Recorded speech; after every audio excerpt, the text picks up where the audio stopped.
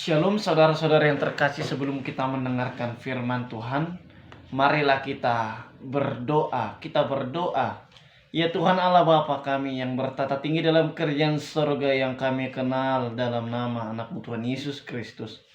Kami sungguh bersyukur ya Tuhan, pada saat ini Engkau masih memberkati kami semua, memberikan kami kesehatan dan sukacita. Tuhan, sebentar lagi kami akan mendengarkan sebagian dari firman-Mu. Berfirmanlah Engkau ya Tuhan melalui hamba-Mu, agar kiranya kami boleh mengerti akan kebenaran firman-Mu dan kami boleh melakukannya. Hanya melalui nama anak-Mu Tuhan Yesus Kristus kami berdoa dan mengucap syukur. Amin.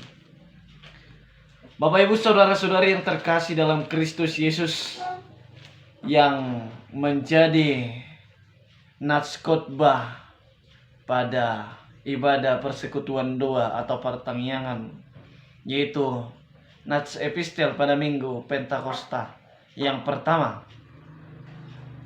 tertulis di dalam Yohanes pasal yang ke-7 ayat yang ke-37 sampai yang ke-39a. Demikianlah bunyi firman Tuhan, air sumber hidup. Dan pada hari terakhir, yaitu pada puncak perayaan itu, Yesus berdiri dan berseru, "Barang siapa haus, baiklah ia datang kepadaku dan minum. Barang siapa percaya kepadaku, seperti yang dikatakan oleh kitab suci, dari dalam hatinya akan mengalir aliran-aliran air hidup." Yang dimaksudkannya ialah roh yang akan diterima oleh mereka yang percaya kepadanya.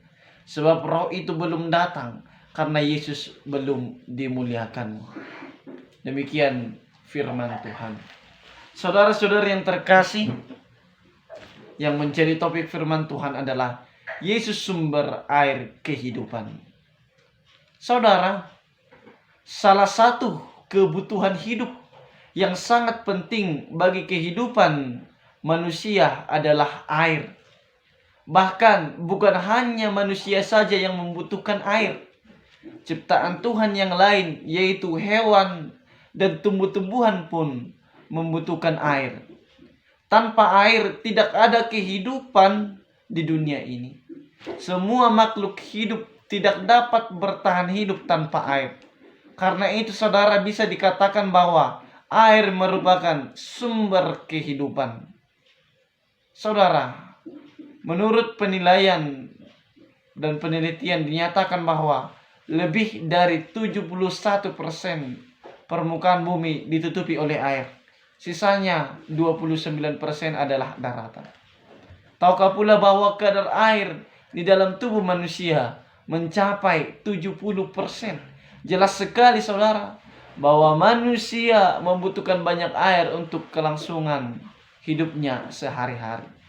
Saudara-saudara yang terkasih, tubuh manusia akan mengalami masalah atau sakit bila kekurangan air. Kita disarankan untuk mengonsumsi air minum yang cukup, yaitu minimal 8 gelas sehari atau setara 2 liter dalam sehari. Mengapa saudara? Karena kalau kita kurang mengonsumsi air, bisa mempengaruhi mood, kerja otak, dan juga fungsi tubuh lainnya.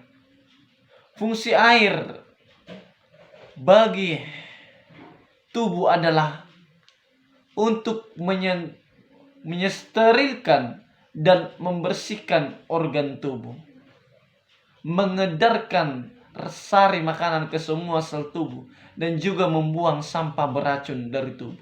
Karena itulah saudara, sejak dari awal penciptaan, Tuhan sudah memperhatikan apa yang manusia butuhkan.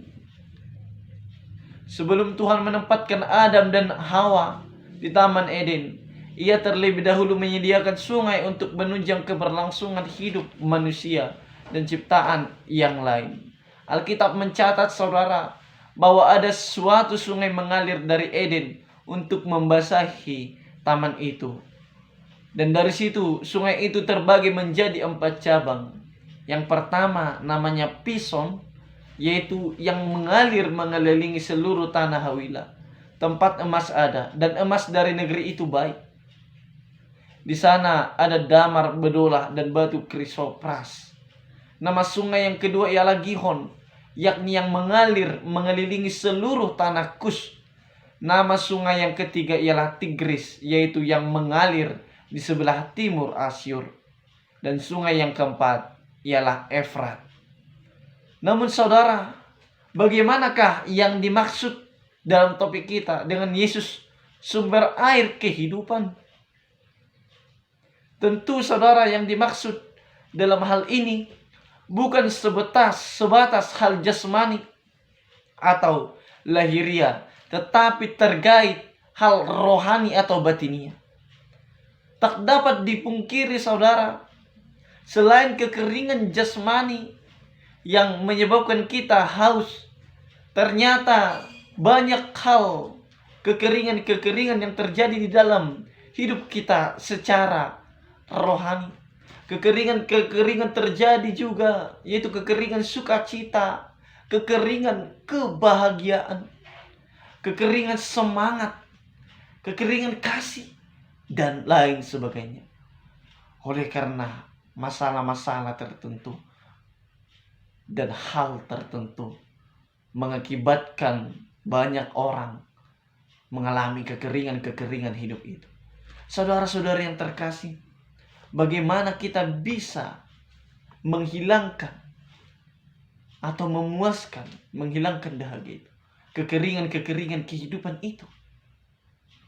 Saudara-saudari, melalui nas firman Tuhan ini ada 3 hal yang diperintahkan kepada kita agar kita merasakan aliran-aliran air kehidupan itu dalam kehidupan kita, sehingga kita tidak mengalami kekeringan lagi. Yang pertama, datang pada Yesus. Datang pada Yesus. Saudara-saudara yang terkasih dalam nama Tuhan Yesus Kristus, peristiwa dalam nats ini adalah hari terakhir perayaan Pondok Daun, yang mana perayaan ini adalah suatu pesta ucapan syukur dalam rangka mensyukuri hasil-hasil panen mereka. Salah satu hari raya besar orang Yahudi adalah Pondok Daun yang dilaksanakan selama 7 hari. Mereka meninggalkan tempat tinggalnya untuk menempati pondok yang mereka dirikan dari daun dan ranting kayu. Dan pada pesta puncak hari raya tersebut akan diambil air dari kolam Siloam dan membawanya ke bait Allah. Saudara, hari raya ini adalah perintah Tuhan kepada mereka untuk mengingat perjalanan nenek moyang mereka di padang gurun.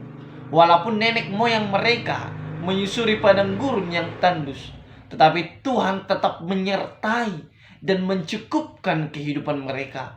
Walaupun di padang gurun tidak ada sumber air, tetapi dengan kuasa Tuhan tetap memberikan mereka air untuk kebutuhan hidup mereka.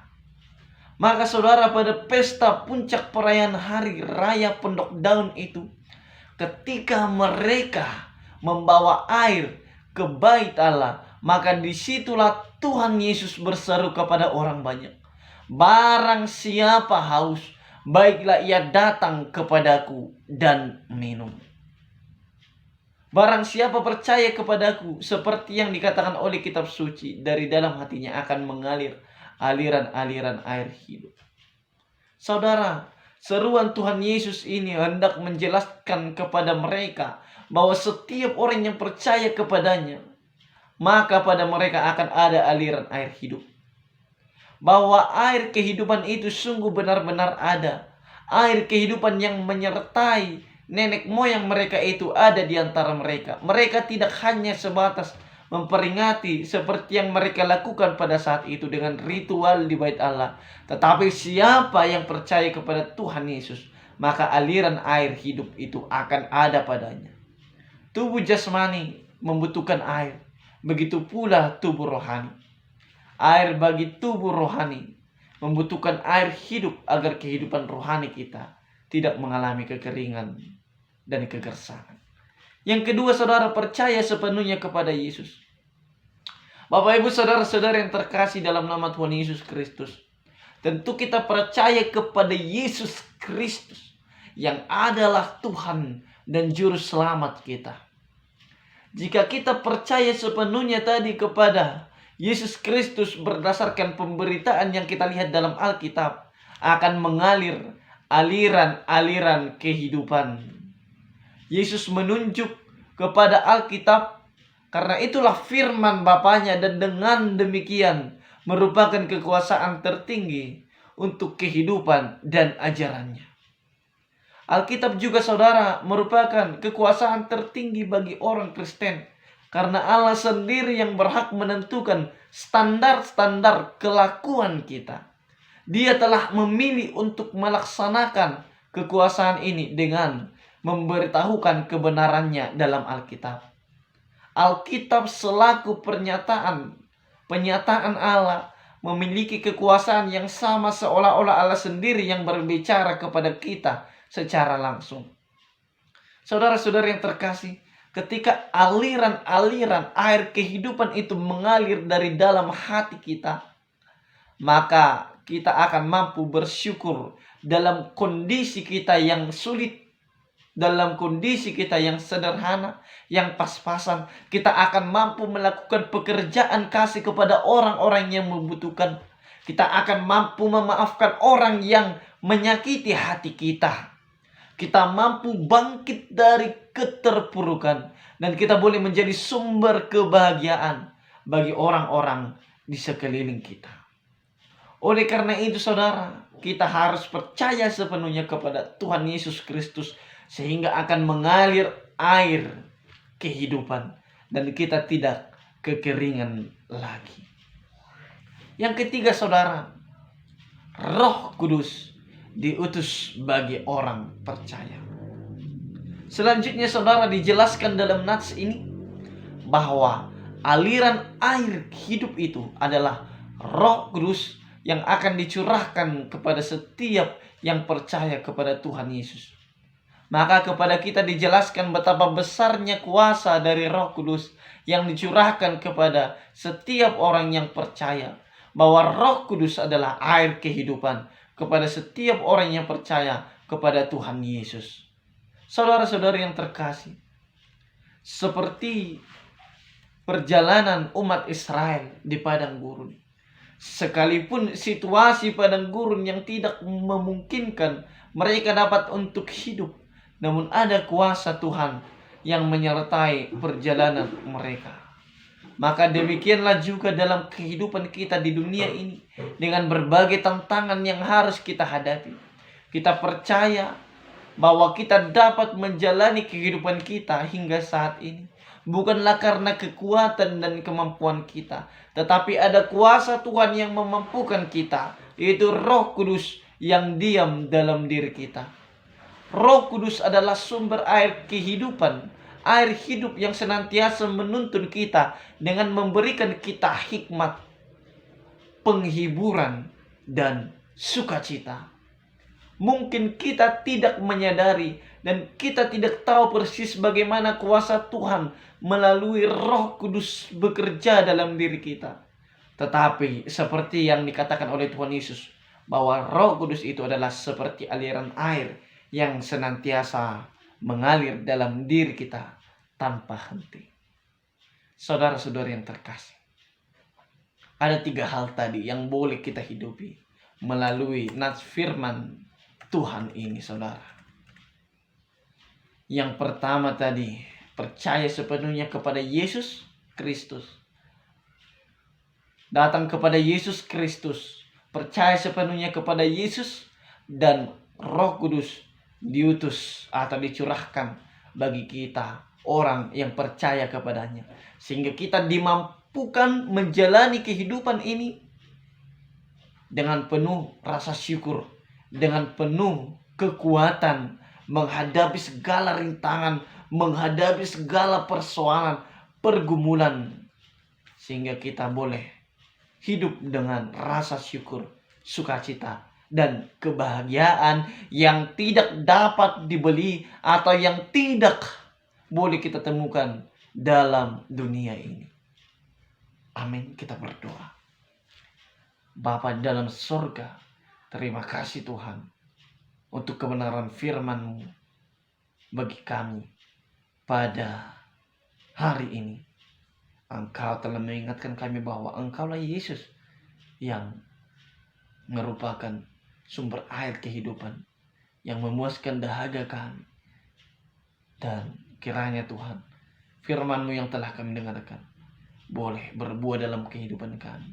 Boleh kami lakukan ya Tuhan, sehingga kami menjadi berkat bagi orang-orang di sekitar kami. Biarlah aliran-aliran air kehidupan mengalir dari dalam hati kami. Terima kasih Tuhan. Ampuni kami atas dosa-dosa kami. Melalui nama anak-Mu Tuhan Yesus Kristus, kami berdoa dan mengucap syukur. Amin.